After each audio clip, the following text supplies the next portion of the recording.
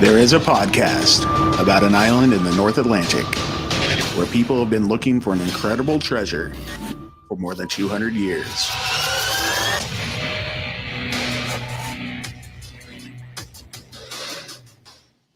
Hello and welcome back to Could It Be? An Oak Island podcast. We are your hosts, Deidre and Dustin White. Hey, how's it going?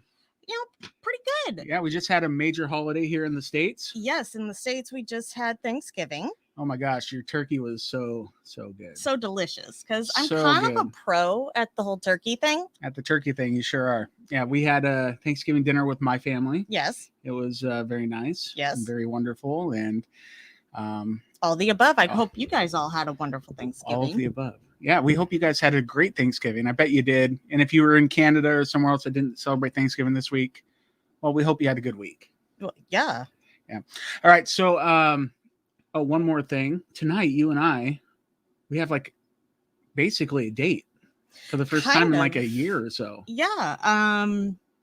We're going to go to the Trans-Siberian Orchestra. Yeah. Well, with my sister and her friend, my sister Melissa, and my mom gave us these tickets. So this was a gift. And thank you so much, Mom. Yes. And your mom is watching our kids tonight. Yeah. So the Grandma moms Power are like all over it. Yes. Thank you so much to the grandmas of our kids. And I'm thankful. That's something I'm thankful for. Well, me too. Yeah. Well, and it's kind of pre-thankful, right? Pre-thankful. Because it hasn't actually happened yet. So it's a pre-thank. Sure.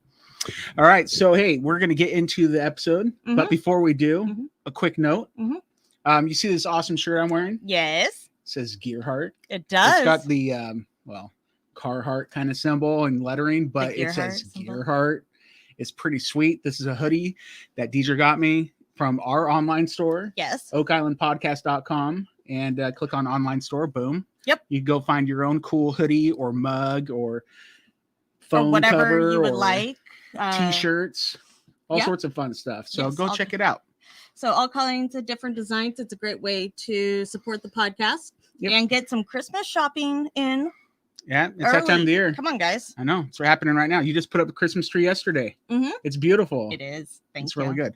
All right. So before we get to recapping the episode, I do have one thing I'd like to say. We'd like to begin tonight's episode or today's episode thanking our supporters over on Patreon. Yes. And we'd like to thank Susan K for becoming our latest patron. Yes. If you'd like to be a supporter yourself of us, like with a monetary value every month, you can do that at patreon.com/Oak Island Podcast. And we could really use your support. All right. So pretty much, if you just download us, that's cool. This is always going to be free. Yes. But your support, or the support we receive via Patreon, dictates how much we're able to do with the podcast. And if you're interested in, continuing doing pregame live streams, if you're interested in, I don't know, trading cards. Yes. Even the time I put in for the designs, it kind of dictates and we've talked about this at the end of our episodes. But it's good to bring up front. Yeah. Well, I just wanted to bring it up, put it in front of mine so that if anybody is interested, please go to patreon.com/Oak Island Podcast. You never know. There might be more trading cards in your future. We'll see. We'll see where we get with it. Hopefully. Yeah. So, and the only other thing that I need to bring up first is we wish, like Deidre and I, we wish that our listeners from the podcast version of this, because more than 90% of the people that listen to our podcast have probably never been to our Facebook page. No, and so sad. I'm begging you, if you're listening to this and you've never been to our Facebook page, or if you haven't been there in a while, go check it out. We have probably more than 50% of the fun stuff we do ends up there. And so you're missing out on a lot if you don't come and check it out. Bonus stuff. Well, we got memes. Yeah. We've got there's a lot of stuff that's shared there in general.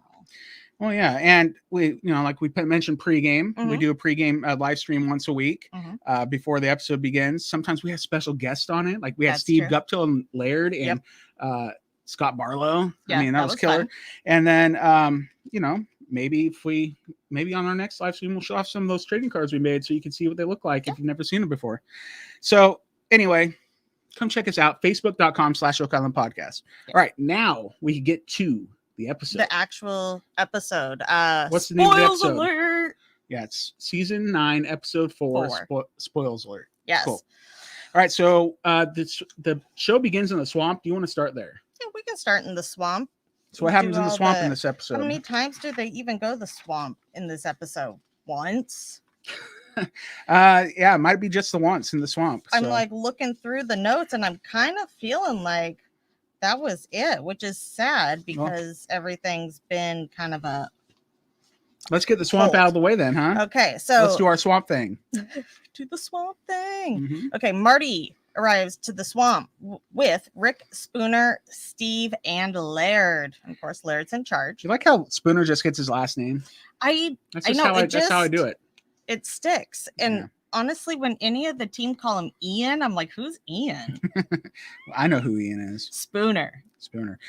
Yeah, so they're all there. Marty asks Laird if this is the scene of the problem, and Laird says this is ground zero. Yeah. Marty's still feeling a little bad from last week, but well, I think so is Laird. Yeah, probably. And so Laird explained that they have a permit to work in this area, but he showed them Marty where he and Liz found the Mi'kmaq pottery. Sorry. There was a flashback to finding the artifacts last week and the fallout that resulted to the all stop. I also noted that Laird, when he said that the Mi'kmaq pottery was found right over here, and he says this is all under permitted work.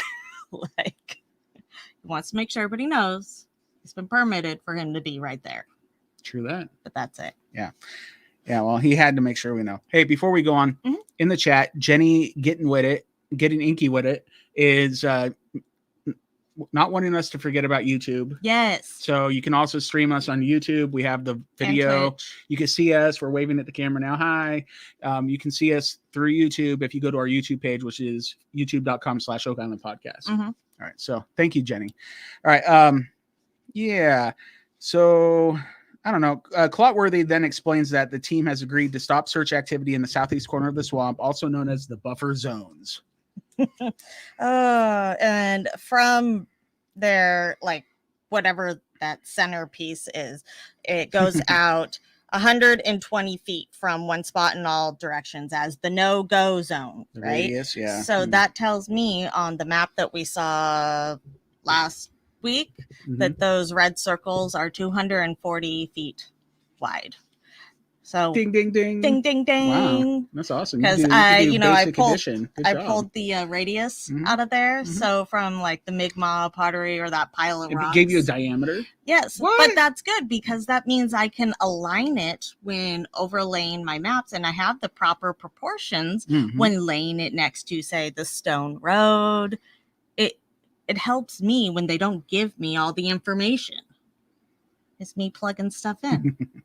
It helps you. It helps me. And it doesn't that's help important. the rest of us, I don't think. It does. If you benefit from my maps at all, then it I do, benefits but you. not everybody does because not everybody's. I haven't had map time lately. Yeah. Well, maybe on pregame we'll do some map time. If we have time for map time. If I have an updated map. Oh my gosh, I forgot to mention. What? Gary Drayton's doing a pregame this week on Tuesday at our time. Thanks, Gary. So we're gonna do a mini pregame. It's only going to be 30 minutes prior to Gary's live stream. So it's 4:30 Pacific Standard Time, and that'll be 7:30 Eastern. So then we'll log off at the half so that you guys can go watch Gary. We'll try to remember to repeat this at the end of the podcast. Yes. So. All right. Sorry. Go for it. What else is happening? Oh, I was just talking about the buffer zones and saying how big they are on my map because that was super important to me.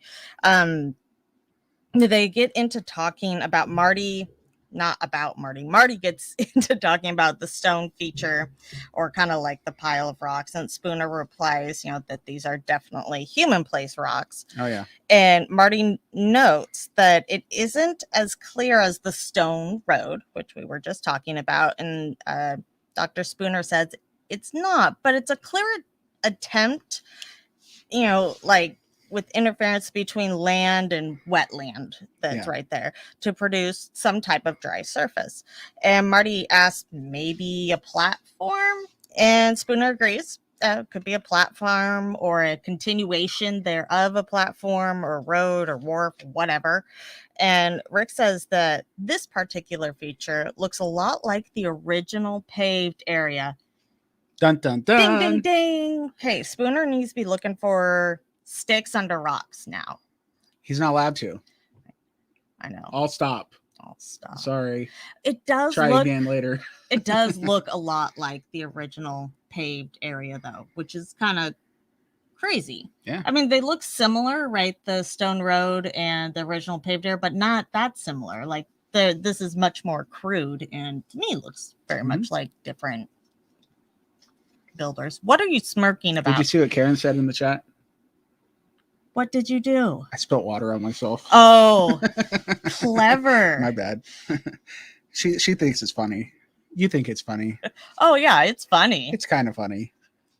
All right. Rick then went on to say that this feature looks like you just said, the original paved area. Mm-hmm. And so that got me thinking too, like, this can't possibly be from the 1200s either, kid it.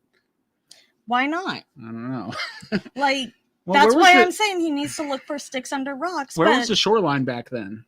You know? Yes, because I know that. I can look into my crystal ball and tell you where the I'm just asking, like, was that part underwater in the 1200s? I don't know. I know they were working on figuring that out. And maybe. Yeah, so Spooner notes that this was an incredibly active area, and the Stone Road tells them that there is a flashback to the items found over the last couple of weeks. Mm-hmm. You know, the barrels, you know, the peg leg that we keep talking about, etc. So there's also the new stone feature may be headed directly toward the money pit, according to Steve Guptill's projection. So there's a lot going on here, and they're all kind of just wah. Well, I'll stop. It is. It's a real bummer. And I was thinking about the original stone paved area. Let me see here if I could find the map. Mm-hmm. And actually, so the circle that's to the northwest of where they're at, that's kind of by Nolan's Cross, is above the paved area, the original paved area. It's a real bummer that they can't compare or do anything further in there to compare to the other one. Bummer, it's a real bummer. It is a bummer. It makes me sad. All right, so there's a little side interview where Laird said that he's not surprised to find evidence of the Mi'kmaq people on Oak Island, but the stone features are really puzzling to him, and they can discount the Mi'kmaq people from creating them. They have no record of them doing anything like that, and they're not going to be able to continue digging there until they get clearance from the Mi'kmaq Rights Initiative and Community, Culture, and Heritage. Yep. Full stop. That made me think, so then were the Mi'kmaq here before, right? Whoever built the feature, and then they built on top of it. But I don't think they were digging down underneath the rocks there, right? They were just to the side of it. I'm not sure. Oh, okay. Don't know. That was all. But you know what? I'm just gonna say this right now. I'm skipping ahead to the very end real quick, and that's just the next time on the Curse of Oak Island, we see Laird in the war room. Yes. And so it's not all bad. He didn't get kicked out of the war room. He didn't get kicked out of the war room, but they don't blame him for everything. He might be getting grilled, and I mean, it's hard to say. Nah, he's still one of the top guys. Of course he is. Yeah. He's Laird. All right, Marty says that they're going to do what's right, and they'll continue to do what's right, but they also have to look after their own rights. And this has thrown a major complication in things from his standpoint, and he asks Rick if he agrees. Rick replied, "It certainly hampers the search." Yeah. So Marty says, especially when they're turning up all these things that's relative to their search, it's a bummer. It's frustrating. Yeah. There is another little side interview with Marty that says all of a sudden they shut down and we will follow the law, but being shut down in that area in an area that hasn't revealed all of its secrets is frustrating. Yeah, Marty's still a little and we see that in his sour face. Yeah. On what's been going down, if you will. Yep. There's also a little interview with Rick where he says that because there are certain areas that are off limits, the team needs to refocus and readjust and maybe look in areas that they previously dismissed, and they'll just keep looking forward. There's no obstacle that cannot be overcome. That's the Rick I like. That's my boy right there. Well, that's Mr. Optimistic. How they got here in the first place, is looking at areas that have been overlooked, right? I mean, that's what COVID has brought us now for 2 seasons, and that's produced some good results. Oh yeah. So let's keep doing that. Yep. All right. So what else do we have? We have Money Pit, and then we have metal detecting the spoils pile. So which one do you want to do? Let's do Money Pit. Yeah. Let's get through the Money Pit. All right. So at the beginning of the first Money Pit session, we have work beginning on borehole D1, part of the C1 cluster. Bingo. So it is D1. Is it D1 is on the intersection of 1 and D on the grid, right? Yes. And just like C is on the intersection of C and 1 on the grid, right? Yeah. I'm really mad at History Channel right now. See if those of you that can see. This is how it's almost in focus. This is how C1 actually lays on the grid. Okay. In the History Channel's grid, they have it where the top of C1 actually does the intersecting where C1 would lie on the grid. Okay. But in the actual coordinates within the real world, this is post Steve and his very accurate GPS. It didn't land exactly on where C1 would be within the grid. Okay. But they make you believe it. They do make you believe it. And I freaked out for a minute thinking my map was wrong. No, I did digging. It was not wrong. Us, the people that listen to this podcast and the people like me and you doing the podcast, we're special kind of people. We look That's a good way to put it. Look at those details. Yes. And we examine every little bit of them. Most, there's like 2.5 million people that watch this just in the United States each week. Yes. Those people are just like, this is just a good show. I'm just gonna, root them on and not like pour over every little detail. Okay. Like I understand you're why a they special would case. place. Yeah, I'm a special case and a special case on called C1. I can understand why they would put it so that it looks like it actually reaches up to the proper C1. In 2015, I did not expect them to be able to precisely do it, say the way Sir Stephen of Guptill would, because they didn't have those tools. But the goal was that the outer edge was going to hit C1. Sure. That's not actually where it lies in the real world when you drop it in. Now, if you are in the like fake me, world, though, right? In the imaginary, what do I want to say? Not unrealistic. In an ideal world, that's where it would have landed. Okay. And if Steve was there in 2015, it probably would have landed there. However, because it was off by a tiny bit, they did find gold shiny thing, right? Off by an inch, off by a mile. So I guess it's a good thing it didn't actually land there. I'm just saying, I don't want falsehoods floating out there or people thinking my map's wrong, because I went back and double checked my work. You're probably the only one that did. Yeah. No, I doubt it. Trisha in the chat is saying, Deidre, you need to be the continuity editor of the show. Yes. Yes. I concur. I would nominate her for that too. Thank you. How do we make that happen? I don't know. Okay. You have Prometheus's phone number, don't you? Yeah, just give him a call and be like, hey, your grid's wrong. Hey, I've been nominated this and it needs to be. All right. So anyway, C1 cluster, D1, Terry and Scott receive a choice sausage on Terry's operating table from a depth of 85 feet. Scott notes that they're about at the depth where they pulled the metal out of borehole D2. So there is a flashback of finding that metal in D2, because we all love the clot-worthy flashbacks. Right? Well, it helps with continuity, right? Yep. So we're getting reminders of where things have come. Man, look at you doing your job already.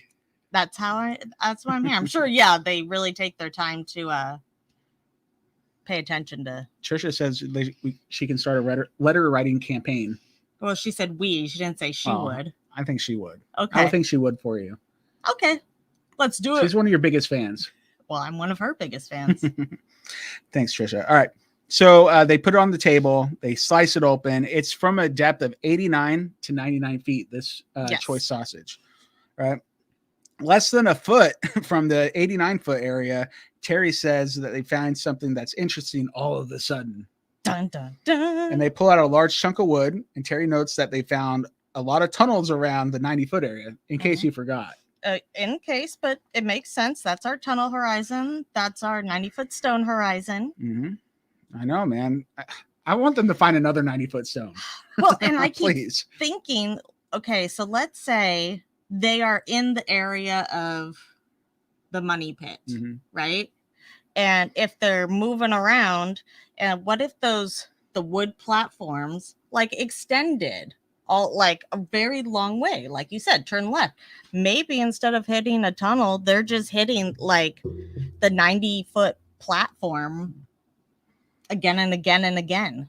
Perhaps. Just gonna throw it out there. You know, I'm thinking, I don't know, you probably brought this up before. Probably. But I brought up, I made like a meme and put it on Facebook this week about the 90-foot stone. Yes. And like, do you think this is what the 90-foot stone actually looked like? And it's like what's on display in the... I'm glad you brought that up. Yeah, it's compared to what's on display in the interpretive center and what they show at the beginning of the show. And I'm thinking to myself, what if when they found the 90-foot stone, it was like basically upside down, and they turned the stone and looked beneath it and it had all those symbols. But if you correctly figure out what those symbols actually say, it just says peace on earth was all it said. Yeah. Don't you remember? Yeah, we Did definitely we have this discussion? Yes. My bad. And that's what the 90-foot stone was. But I'm glad you brought up the 90-foot stone. I was doing some reading this week. So if you haven't checked out, was it like oakislandmystery.com? It's the webpage that Darcy O'Connor manages. And so we know he is very well versed in the Oak Island mysteries, written books. He's been on the show. He's got great theories, and they include that of a Spanish treasure on Oak Island, right? Okay. So he, within that, has the archive, like has put archives from all of his research and other research that's been gathered, including drawings of where perspective like shafts would be and all that. And I was reading through one of the sections about and a descriptor of the 90-foot stone and its history and someone who had saw it, blah, blah, blah. And something I hadn't realized is there are two different writings of the 90-foot stone. One that has some additional symbols that have been added or changed, and then a different account of the one in which you see inscribed at the interpretive center, right? And Darcy O'Connor's the one that had done that one. You'll see his little name on the plaque. But I was like, okay, this is what we were talking about in the past too, was it written down correctly? And here's a chance of maybe not. And not only was it written down correctly, when it was passed on to the next person, did someone add or change some symbols or subtract some symbols? I know treasure hunters want to mess other people up so they don't follow in their foottails and find the treasure they barely missed. Yeah, if you're sending it out to someone, your hope is that they will translate it. You know, maybe you throw some extra things in there, or you take a few things out so they transcribe what is there, and they give you something that's maybe a bit more gobbledygook. And then once you insert the other things, you can fill in, you know, just like you would say on Wheel of Fortune when you've got a couple missing characters. And he's got both of those from the description in the same place. What's real, what's fake, we don't know. But that's just an example of what you were talking about. Does this say what you think it says? That was it. So go check it out. You know what I wonder? What? I wonder if I could buy a vowel and have it appear on it. Maybe. Probably not. Janet in the chat says maybe there was the inscription goes to this side up, and it has because it has the arrow.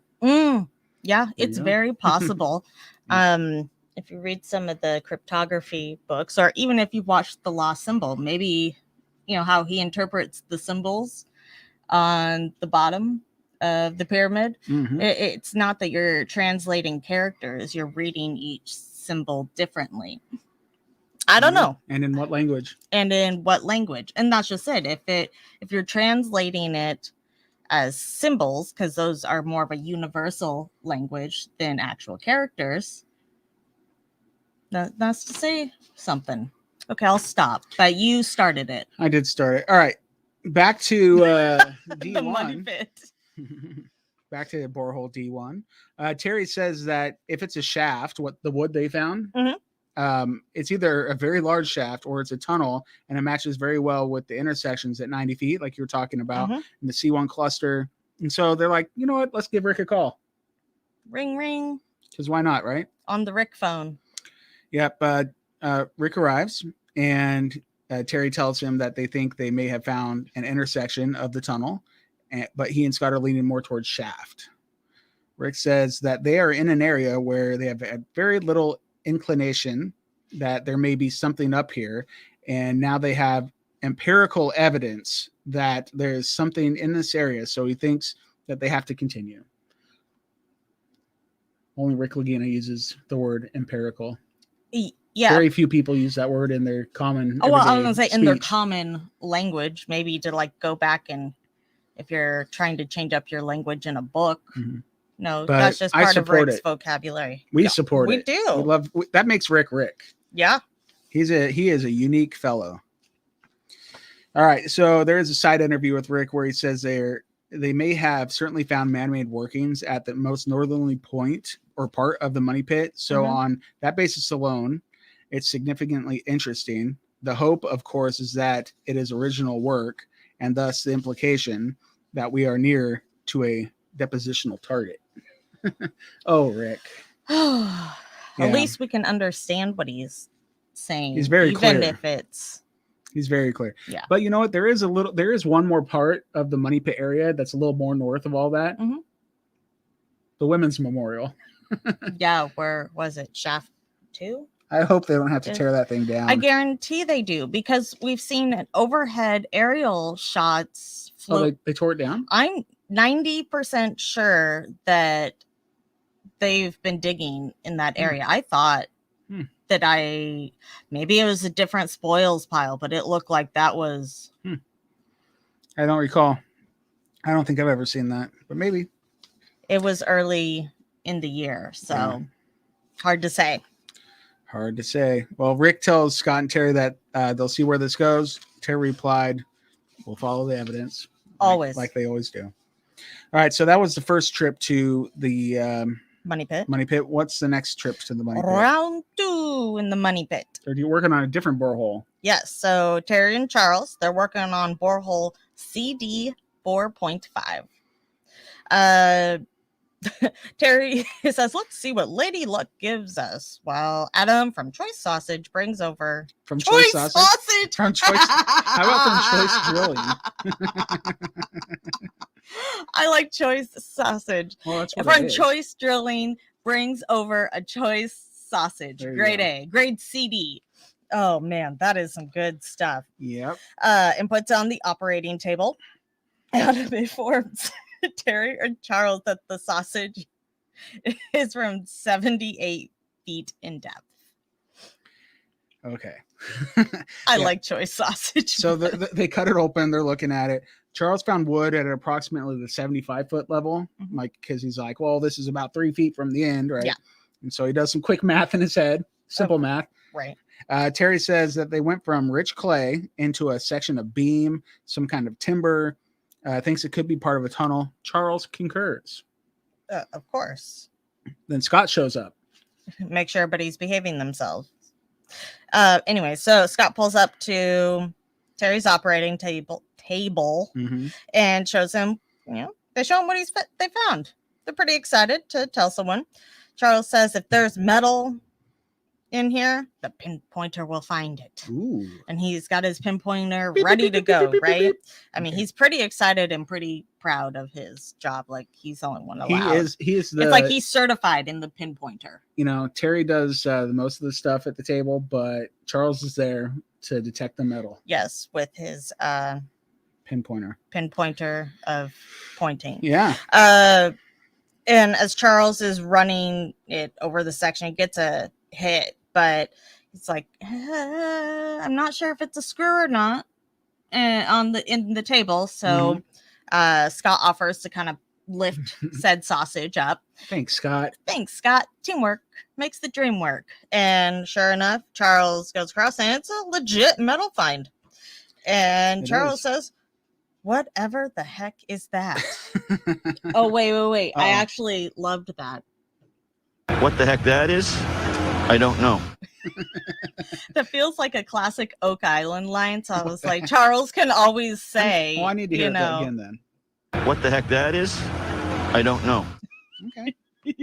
Hey, I don't know either, bro. I don't know. Right. And Charles is supposed to know everything. Yeah. So there was a little side interview with Charles right after that said they're very interested in the C1 cluster area because they're getting a lot of wood hits and they're finding pieces of metal. And that's what's really interesting about this is that they have no historical record of any work being done in this area. And if anybody knows, it's Charles, the walking encyclopedia of Oak Island. Yes. Charles knows. So Charles recommends bag and tag it, and let's get it to Kelly Barassa at the archaeology trailer. So don't worry, we'll go there, guys. It's coming up.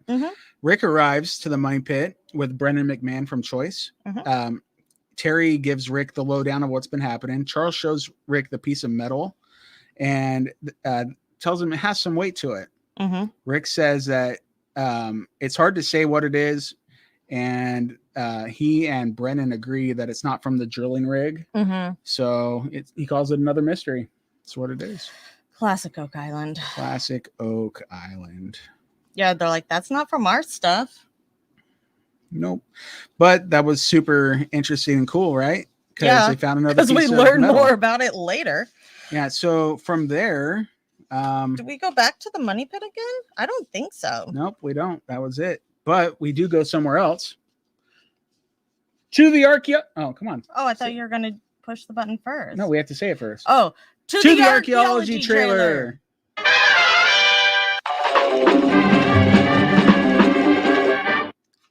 We're there. All right, so Rick and Charles arrive to meet up with Marty Lagina. Versus the other Marty that's on the island? Not Marty Latina. Sorry. Somebody had a typo on Facebook yesterday and said something about Marty Latina. I'm like, who's Marty Latina? No, okay. I don't know. Not everybody proofreads. I try to 5 times before I press enter on something, but anyway, I thought that was autocorrect, yo. Yeah. It happens. Okay, so Marty Lagina and Kelly Barassa. They're at the archaeology trailer. Rick says that the unusual thing about this piece of metal was that it was found at 75.5 feet, and the tunnel horizon has been at a depth of 86 to 93 feet. So what the heck's it doing here? It's allowed to move around. You blew up the entire island. Okay, that is all. Kelly says it looks mint-like on the surface, and he doesn't think that much cleaning could be done. Nonetheless, they can still test it in the XRF machine, the X-ray fluorescent machine. Just XRF. You don't have to go into the whole spiel. So into the XRF it goes, right? Yes. And it gets some readings. Some metals and elements start popping up. We got 87% iron. Wasn't really expecting to see much different. You weren't expecting to see? No, because he said it was heavy, it just sounded like iron. But something caught Marty's eye. The element AU. Everybody knows that one because they're waiting for it to pop up. And it caught his eye, and it's 0.2% gold was detected. Marty says, how about that? Oh, that's pretty good. Yeah. So, oh my goodness, my notes just moved themselves. Where are we at? Can you go on? So Charles notes that the shallow depth of where they found it of the 75 feet, as we were kind of talking about before. And Marty likes that because that's not as deep as 250 or even 90, so that's a good sign, because to Marty, he's always felt that the most logical solution was an offset chamber as far as the money pit goes. And how does a piece of iron from 75 feet get gold on it? And maybe, they're near that section of that offset chamber, which would be why it'd be closer to the surface. And a little bit away from the traditional money pit Yes. spot. Yeah. Oh, he said it's all very exciting. So well, duh. We're all excited. We're right there with you, buddy. Rick says that he and Charles will go back to the drill table and they'll be back with more of this for Kelly to look at. And Marty says, good, find some more. Yeah. And I noted Kelly is just kind of giddy. Like, he is loving this machine and being able to hang out in the archaeology trailer, clean stuff up all the time that they're bringing in. He's really happy about it.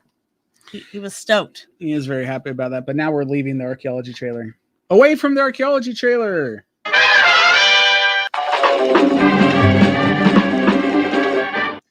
Oh, all right. So now we're going to go to lot 18, searching the Dunfield spoils piles. Yeah. So we've got a few different spoils areas that we're at, right? Yep. So Charles and Scott, they await Billy's arrival with an excavator. And naturally. So then they all get to work. Scott noted that it's been a rainy day, and Billy replied that he's been washing his excavator. Right. Gosh, I mean, he's using the natural water falling from the sky. Yeah. Yeah. Way to be resourceful. Free car wash. Free excavator wash. Yeah. Scott points to some spoils piles and says that they remain there from the Dunfield excavation in the 1960s. Which is interesting because the spot on lot 18 they're at is south from where they've been traditionally digging with drilling in the money pit. Yeah. I've been wondering kind of what that mound is, but they leveled out a lot of that mound. They did. What was it? Not last year, but not this last year before, when Billy showed up in shorts in the snow and they were showing Maddie Blake like the before and after of kind of these piles. I don't recall. And they had flattened out a lot of that area. That's why they went out to say, what was it, Isaac's Point. So they're going to have to be looking out there for some spoils too. Maybe. I don't know. I don't remember that, but that doesn't mean it didn't happen, but maybe it didn't happen. You're just misremembering.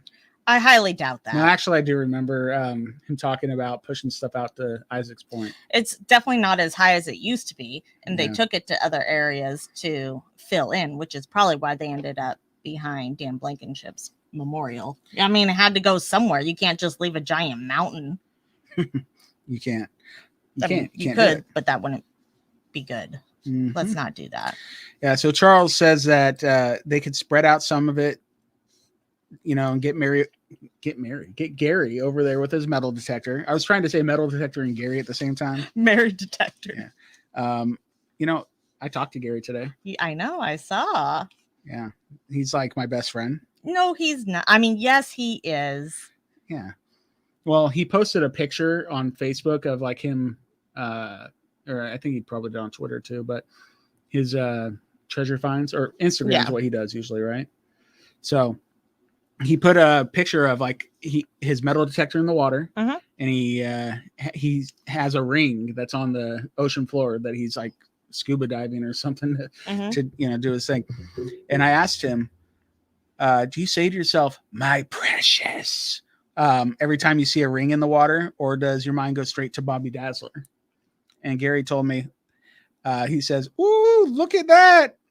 With this gold ring, as I saw it just before my search coil went over it. That's what he thinks. He doesn't do the my precious thing, which is fine. I kind of wish he did. No, he does a very much more Gary Drayton thing. That's true. True. It's you wouldn't expect any less. So, thanks for that, Gary. That was fun. All right, back to the Dunfield spoils. Right. Gary was going to go over, or they want Gary to go over these with a metal detector. There is a flashback to the Dunfield excavation of the 100-foot wide, 140 feet deep hole in the money pit. Clotworthy explains that Dunfield never checked his spoils, just dug them out, He was just trying to get to the bottom.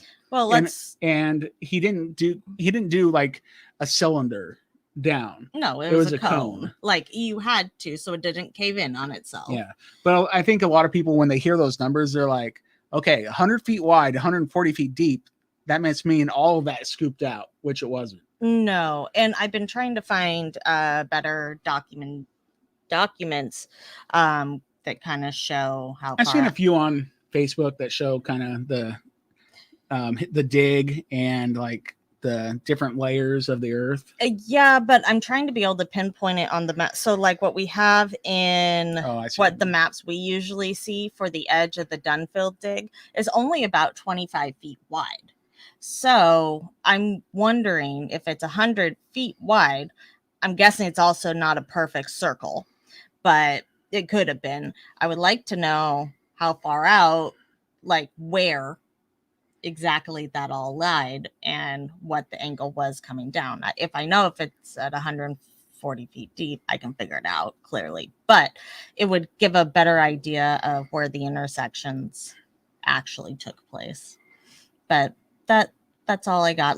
But I do want to bring up Dunfield. Yes, he gets a bad rap for destroying a lot, right? But I'd like to make clear that his permitting, like his dig, and it was hard to get permits.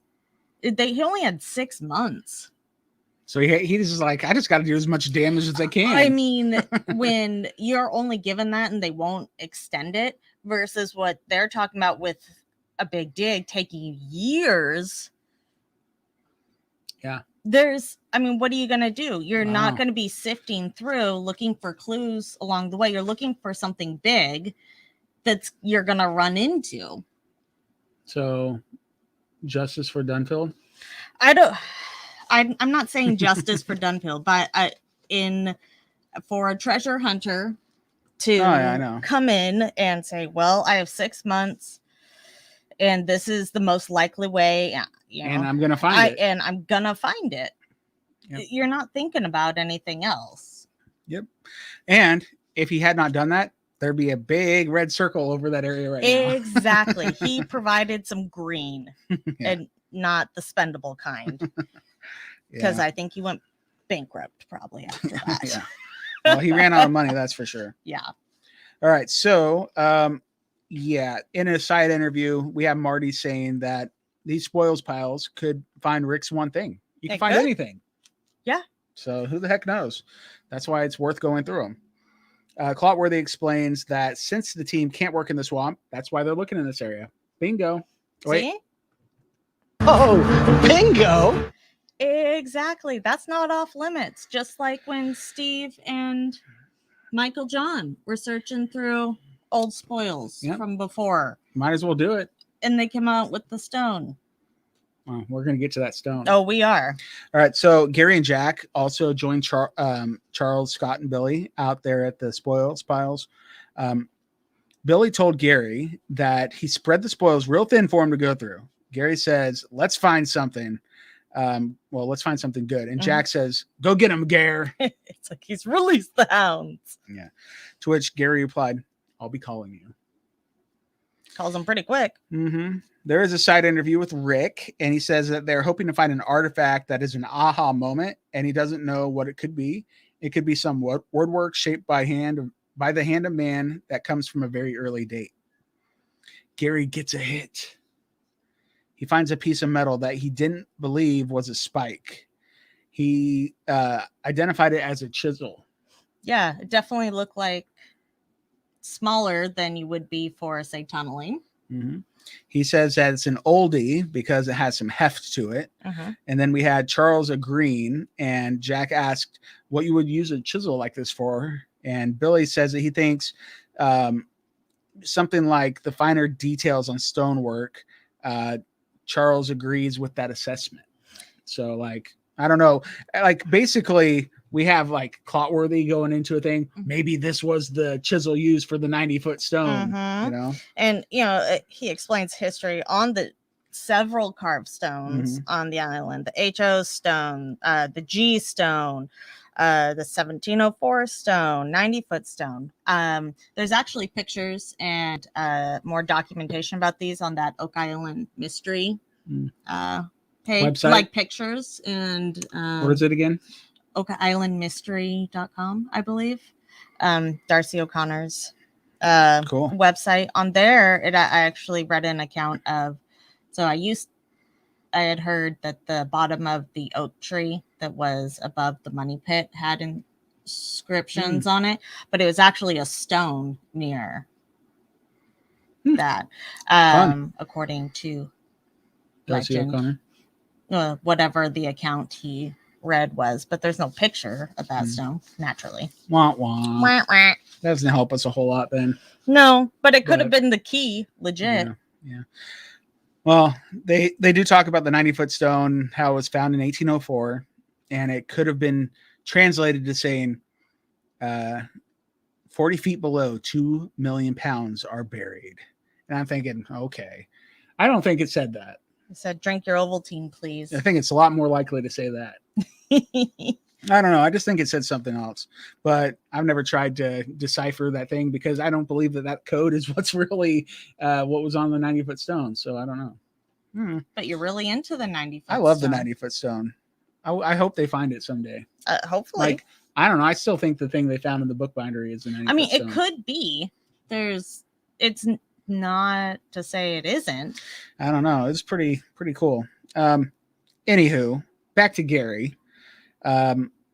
Gary says that they'll definitely get this checked out, and it's not written in stone, but it is what it looks like. And Charles says, no pun intended. It's not written. Gary continues saying that it looked like the hand point chiseled to him. Jack tells Gary he did a good job. Well done. Gets a little pat on the back. Well done. Well done. So there is one more section of going through the spoils. Is there only one more? Yeah. So Dunfield spoils on lot 18. We have Gary, Jack, and Billy metal detecting and digging again. Billy asks Jack to look in his bucket. He says there is consistently wood. Some of the wood looks very dark, and Jack goes and checks it out. Yeah, he's like, digging through the bucket. Yeah. Billy's like, here, it's like an Easter basket. You're welcome. So Jack pulls out a chunk of wood, says it looks intentionally cut, and he hands it to Billy for his opinion, and he definitely agrees. Jack says it's hand hewn, and Billy says it's too thick to be dimensional, so it must be like manually cut. That's old. That was before you could go to Home Depot and get your wood. Exactly. It's crazy. But it did. I mean, it's got the kind of like right angle on it. It looked like the end of some wood. Well, clearly it was wood, but it looked like the end of a planking or something. Yep. And Jack hustles around the excavator to go to the area that Billy is scooping from for a better look. Gary joins him and begins metal detecting. Billy says that nails or anything found in these spoils piles would be good. I concur, Billy. So Gary gets a hit almost immediately. Beep, beep, beep, beep. And like Jack's like, you already got a hit? And he finds something that he identifies as a cribbing spike. Jack says, wow, that looks really old. Gary says that they can have it tested to see if it's pre-1830s or 1840s. There's a little side interview where Gary tells the viewers what a cribbing spike is, if we forgot.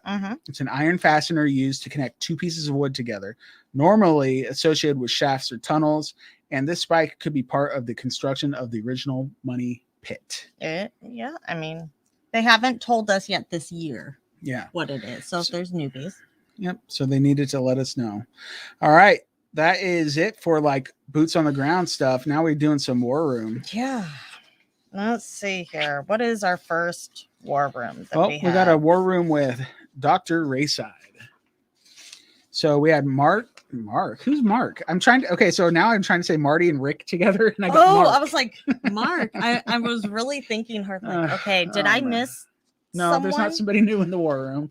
I mean, there is. There is that is. kind of like the benefit of the time? No. If it's Mark. All right, Marty, Rick, Craig, Alex, Doug, Gary, Ian Spooner, Billy, Charles. They're all there to meet with Dr. Robert Rayside, a professor of geology and earth science at Acadia University in Woolfield, Nova Scotia, to get his compositional analysis of the gunstones found by Michael John last year and Gary Drayton this year. Did you say that was the war room? Yeah. Oh, okay. Sorry. I was looking over here at the research center, and they're talking about the find on lot 16, which is the gunstone, which is the war room you're about to talk about. So why don't I give the rundown of this real quick? Okay. So wait, we're going back. Oh, to the research center. Yeah. So the research center is when they are getting together and they're talking to Dr. Spooner about the top pocket find that Gary found on lot 16, which we'll talk about in the war room. And they're showing Marty the stone. The stone shot that he found with Rick last week. And they want Dr. Ian Spooner's opinion on it, right? Yeah. And Marty asks him what he thinks, and he says, it's not natural. He says it's unlike anything he's seen in Nova Scotia. So he agrees it's not natural and it doesn't look like a stone from around the area.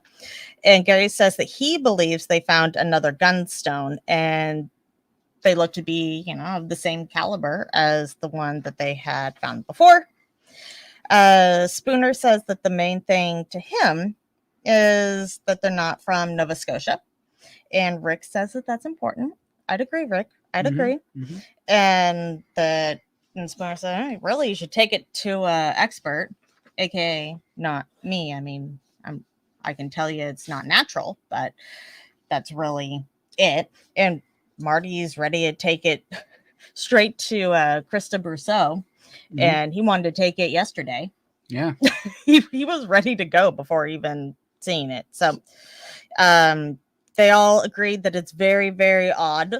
And that is when they decide. Then that's when we go into the war room. But what did Marty say at the very end there? I just said he wanted to take it. No, like all in caps. He said, make it so.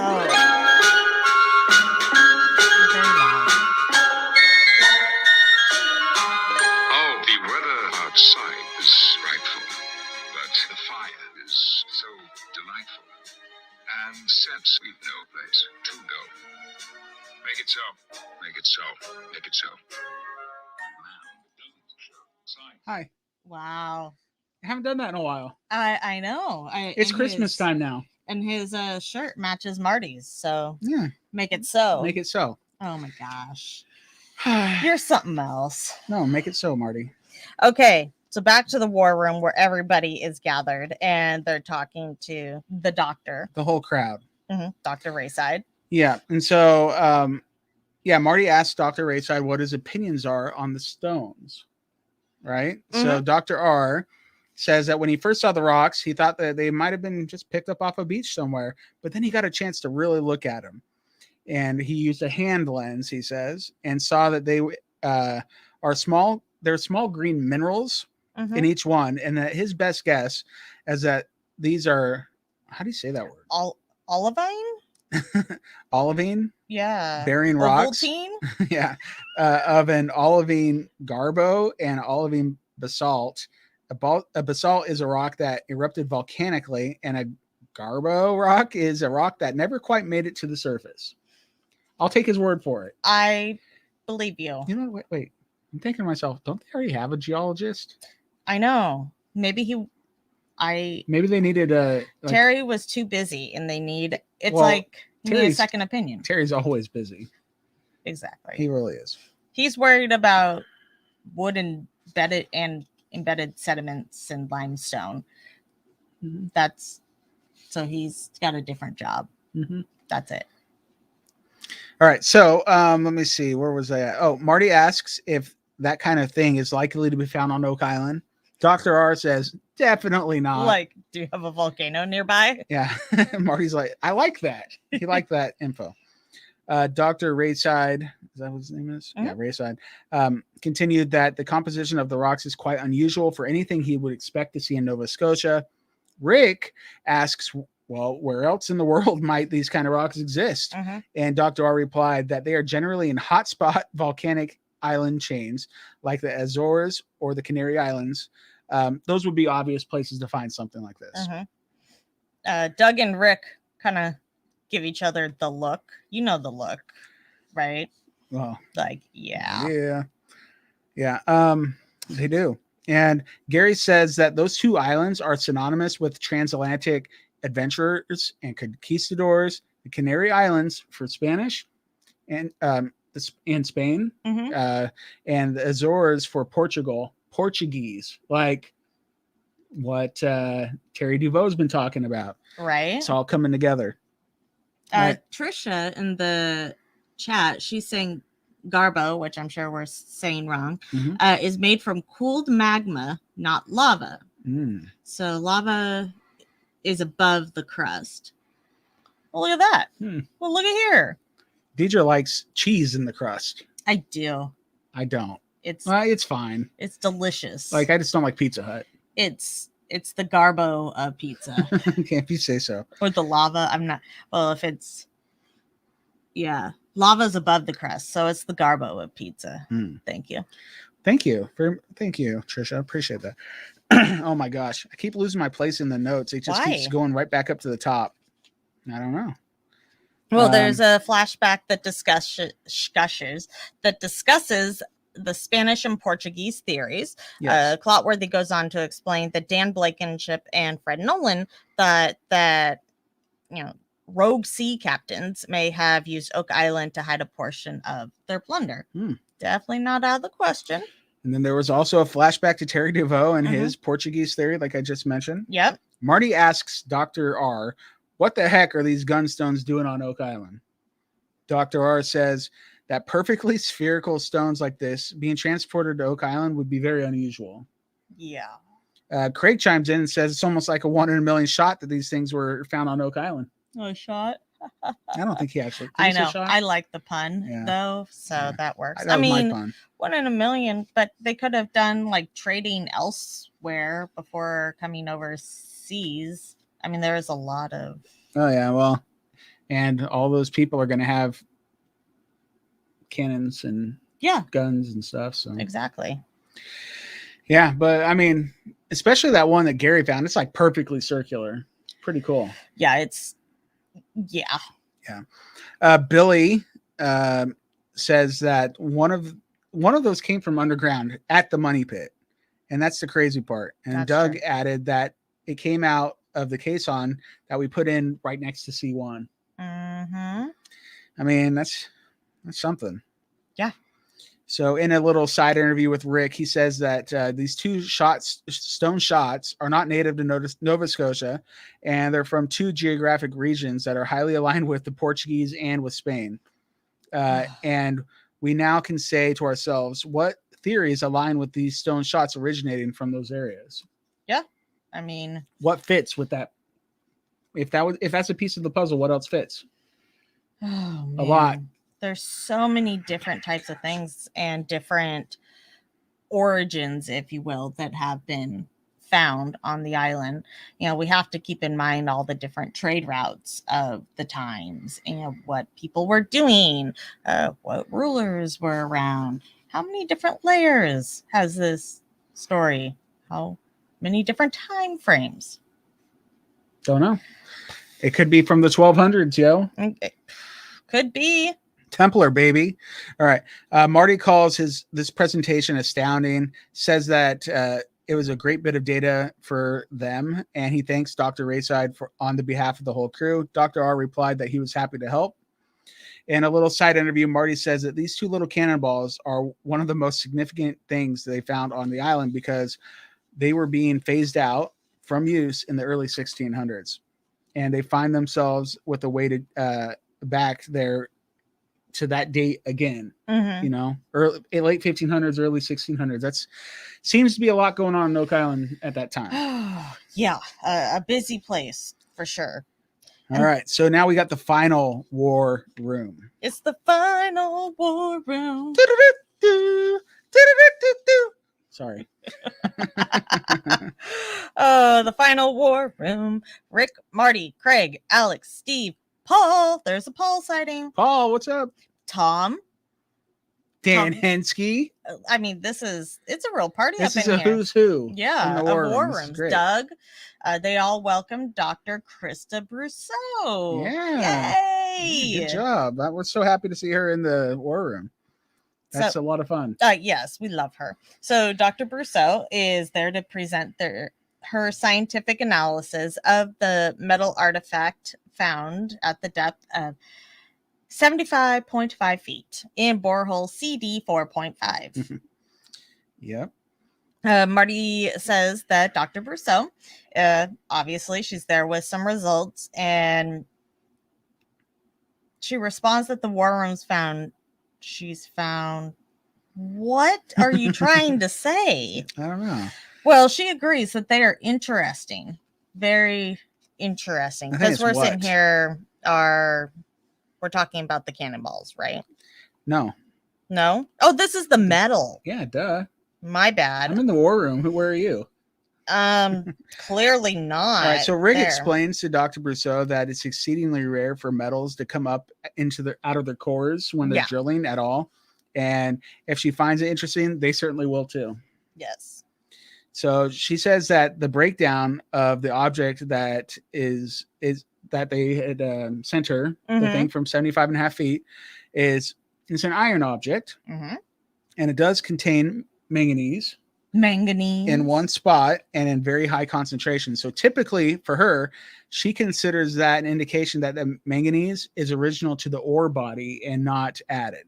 Yeah, because normally they would add it for strength. Yeah, and so that's not there because they were explaining like 2 weeks ago when they went and saw her that the absence of manganese was good because that meant before older.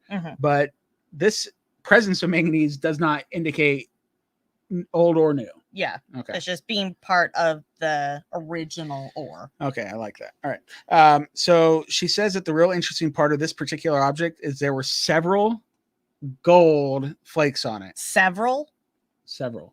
Yeah. And then Craig, Cheshire Cat grin. He's like, yes. He is way more of a Dave than anybody is willing to say. Oh yeah. Well, I mean, this is a much better day in the war room than last week, apparently, for Rick, Marty, and Craig. Right. So Marty says, wow. Doug chuckles. I mean, everybody's getting a little bit of a giddy, gold giddy. They're getting excited. Rick has a huge smile. Dr. Brousseau says that there are 3 to 4 large flakes and a few smaller ones that were very obvious under the electron microscope. And of course, right away, that was interesting. Well, of course. Yeah. And I'm not sure if it says in here because Alex talks further about it. So what does Marty say, though, to that? Marty says, yeah, I would say so. Yeah, that's interesting. /LOL. LOL. Yeah, he's they're all having a good time at this point. They like hearing the word GOLD. They're ready to pour some crown and. Sure. Dr. Brousseau continues, the composition of the gold flakes on this piece is very, very similar to the composition of the gold flakes that they found on the object that had come out of borehole D2, not the flame. Okay. The notes I wrote, it said the way it says gold flame. It's just funny. Wouldn't that be something? Because we were talking about proofreading not long ago, and we clearly don't proofread our notes. But when you're about to post something on Facebook, you proofread it like a million times. But right here, I'm like, the gold flame. Okay. That's pretty good.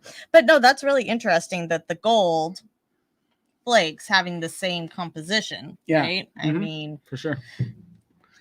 That's a good sign. That's interesting and worth increased study. All right. So there was a side interview with Marty, and he said, he says, for there to be a significant treasure where they've been drilling all those boreholes seems far-fetched at this point. But if it's in an offset chamber, which is what this is kind of suggesting to him, then it all makes sense.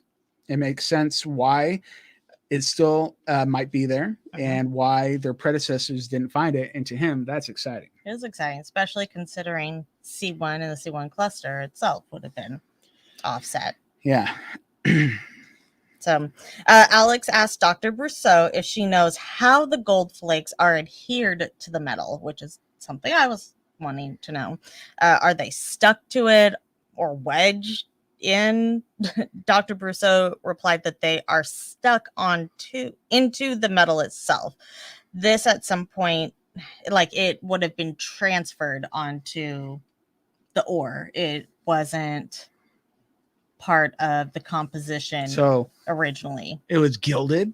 As in gold. As in gold. Could be. Dr. Brousseau continues, the thing that she found even more interesting because she can look at the composition that the gold and this gold have essentially, like the gold that was found last time and found this time, have essentially almost identical compositions. And historically, the only thing that she can find from antiquity with the high copper content in gold artifacts came out of South America. Bum, bum, bum. Oh, and that's like just when, we had Marty a couple weeks ago on the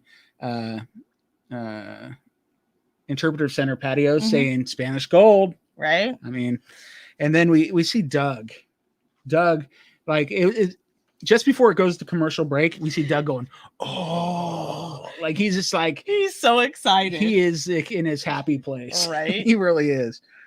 So, oh man. Yeah. And that also wowed Marty, of course. Naturally. Dr. Brousseau continued with her analysis that the composition of this gold is consistent with 14 karat gold and could be rose gold. And the higher copper content is used to make the gold stronger for jewelry.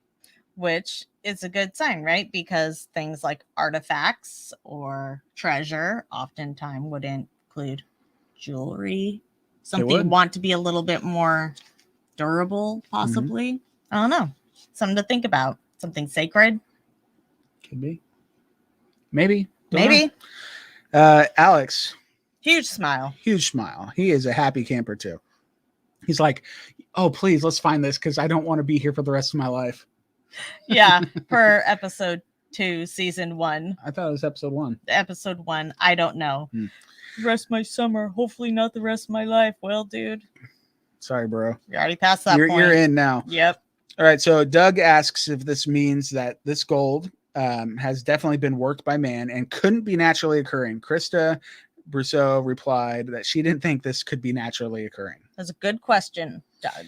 Yeah. Well, I think he was asking for the viewers because he probably already knew the answer to that probably, question. But it's good when you have Krista there and they're talking about the different types of gold. I think they do a lot of that in the show. Well, yeah, they've got to explain it for us. They got to tee it up. Yeah.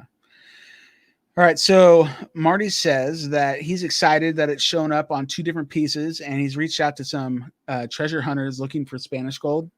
And when the Spanish first arrived and they first started plundering artifacts from the indigenous people, they had often a varying of the amount of copper in the gold. And so they melted it all down and created what they called is it Tumbaga? He said Tumbaga and she says Tumbega. Like, so they had like a silent battle of how to say it. It's Tumbega then, because I'm going with Dr. Brousseau. I'm going with Dr. Krista Brousseau. It's Tumbega. Yeah, so what they call Tumbega bars. And if they were mainly gold, they called them gold bars. So that's what's really actually exciting here. Well, it makes sense. If you're plundering, you're going to melt it down and make it into something else. So it's not identifiable as whatever. Yeah. Of course. Yeah, you're right. Dr. Brousseau says, yeah, there's a history of the Spanish conquistadors making these Tumbega bars. There is a little interview with Marty where he says it turns out that the South American indigenous peoples used a lot of copper in their gold and silver. And when you melted it all together, you get some sort of composition, very much like what they found in the money pit. And he finds that incredibly exciting and relevant. Boom. Goes the dynamite. So, yeah. Clotworthy speculates that the gold might be Spanish of origin, but stolen by the Portuguese and hidden on Oak Island. Oh, man. That's some I got some history to be doing, like. Yeah. I mean, hey, could be. Could it be? That's like There's the question so many here. Could it here. Be? And it could align. Yes. Yeah. Rick says that he finds this information instructive, and it's a cause for great hope and excitement and anticipation about that they are about to proceed, or what they are about to proceed with doing, i.e. the case on install. Absolutely. And there couldn't be anything else better short of a coin or something treasure coming up out of these holes. So yeah, I'd like to point out what our OG Agnes over here just said was thus the reason for the pine tar kiln. What's we were that? talking about melting down of these metals, and maybe she's thinking you melt them down to make them into something different there on the island. I mean, hopefully it wasn't the Holy Grail or the Ark or the Covenant. Yeah, they're melting down. I mean, that'd be sad. It would be sad, but I mean, it is a good point considering we know that there wasn't pine tar residue left over on the site, which is nearly unheard of. So, maybe they should be looking for some metal with gold flakes over there. Could maybe. Trisha in the chat says, "Don't you wish that Dave wasn't retired when all this was going on? It'd be such a fun war room." Oh yeah, it'd be Goldschlager and all kinds of good stuff. Yeah. All right, so they're wrapping up the episode here with Marty saying that this is what keeps him going. Yeah. So, and he wraps up the meeting by saying, "Okay, well, we have several things to do. Thank you, Dr. Brousseau," and they're going to get back to her whenever they find some more things, and she says, "Sounds good. We'll call you tomorrow." Yeah. Well, that's what Rick's hoping. Yeah, right. Of course. All right, so that's it. That's it. Then we get to what next time on? Next time on The Curse of Oak Island, episode 5, Hatching the Plan. All I think is caca because you said hatching, and I went to a bird, but I guess not because this hatch is a different one. It's different. It's definitely a different one. Different hatch. So, for the next time on The Curse of Oak Island, they say at the money pit. We see at the money pit. We hear Terry say, "Let's have a look." Then say, "Whoa, that looks like a beam." Scott says, "That's what?" That's what it said. That's literally word Scott for word. said, "That's pit saw." I don't know what pit saw is, but that's what Scott said. Pit saw. I don't know. So I didn't mistype anything. I read it word for word. I was watching the closed caption. Well, the closed caption could have got it wrong. No, he said that's pit saw, and Terry replied, "Well, you gotta like that." So they're excited for whatever pit saw is. Someone get the Google. Whatever pit saw is, we're excited about it. At least Terry is. So, war room meeting. Their guest is there via teleconference, suggesting that the map from Xena Halpern, they may have misread, not suggesting the hole under and the hatch. Yeah, it would be the hole under the hatch. Oh, duh. Like you lift the hatch and there's a hole. Hopefully it's not a latrine. It's like a hole you're supposed to go down. Yeah, but didn't Dave dig in that hole a long time ago? It was a different hole.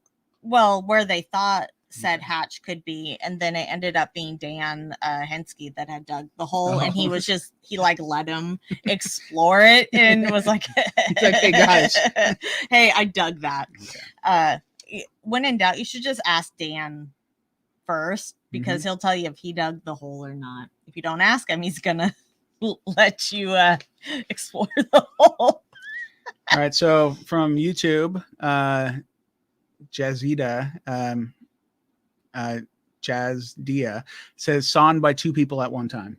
Like the big, huge. Oh, like the ones we see from the redwoods and all that. So maybe that. Cool. That could be something for a pit saw. More sense. All right, so Marty says yes, we will go look in the said hatch. That's where they're going to be hatching the plan. I'm so happy because that hatch is very intriguing. It being up there. Yeah. I want, if they lift it and it looks like something out of Lost, don't do it. Well, it's on the western side of the island, so it's somewhere that they don't do a lot of stuff. So it's fun to see what they can maybe find over there. Yeah, exactly.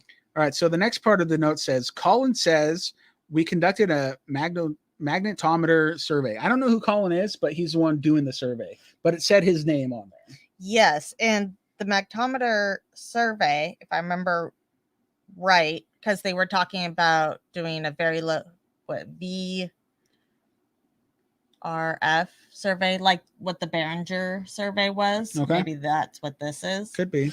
So yeah. So the video shows him out in the field doing it, mm-hmm. and then in the war room, he says that this is a decent sized anomaly, and it zooms in on the map. And Jack says that could be where the hatch on CNM's map could be. Wow.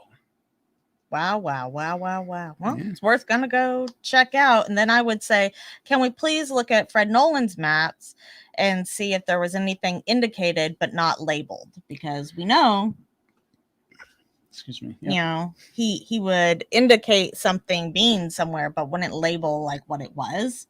And then that way do a little cross-referencing. Just saying. Could be. Could. All right, so the last piece says, in what appears to be the Dunfield spoils pile, Mm-hmm. Rick says, okay, Billy, let's find something. And Jack is heard saying, wow, wow, wow. And it looks like some huge beam. Like huge. Wow. Like not dimensional. Like huge and just like huge as in like it was round and you could do like dendro on it because it's not just the inner rings. I don't know. Okay. I don't think it was that big. Okay. But I mean, like, you know, it looked like this big, you know, like that's pretty big for a beam. Yeah. I can. I have my fingers up like, I don't know, 15, 20 inches. Outside of the screen. Yeah. But yeah, it's like this big. You can't even tell. Oh, that's funny. Yeah, no, it was rather large, if you will. Come here, you. No, you're warm. I am warm. Gross. All right, so we're done. Yeah, we're done, and we're about to.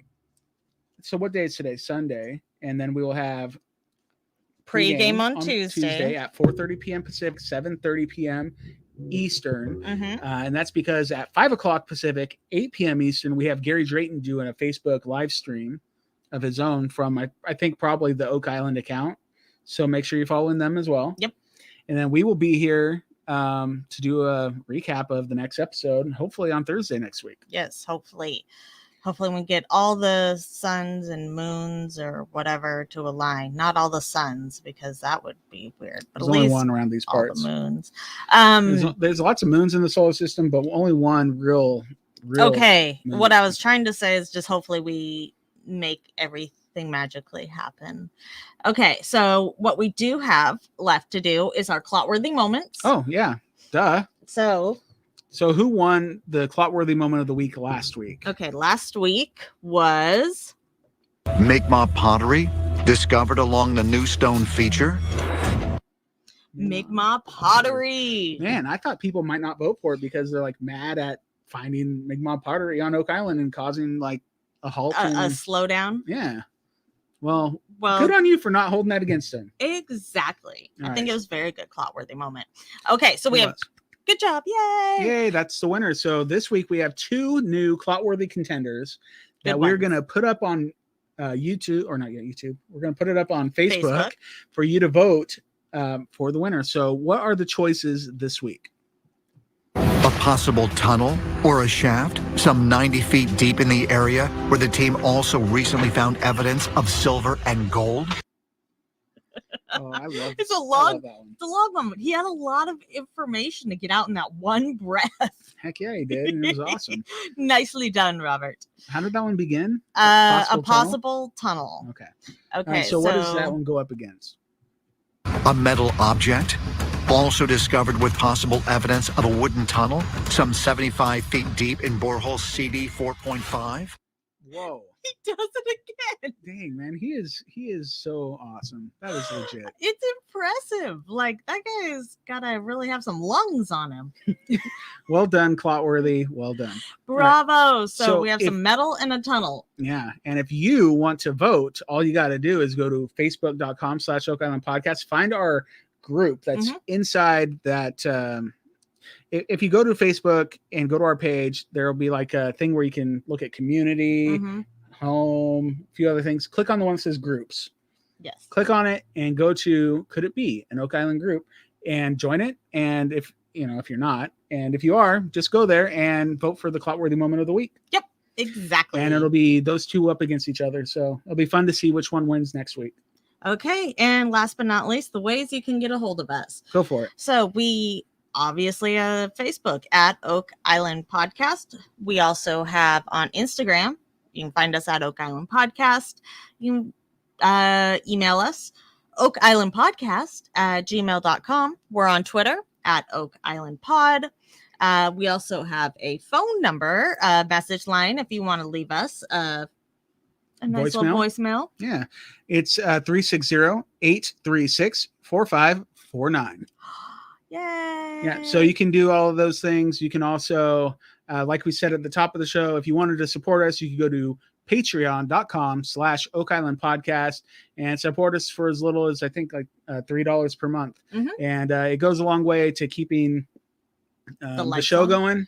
And if you want some new things, I mean, it would be a good opportunity to make that happen. Yeah. So thank you to everybody that supports us. We also have our, our website, which is oakislandpodcast.com. So if you want to buy some swag or some gift for friends and family, now's the time to do it. Yeah. So thanks to everybody for being here live today. A lot of people in chat. Yep. Thanks for all of your nice comments. And we will see you guys again really soon. On Tuesday. And yeah, I guess that's it. So until next time. Could it be?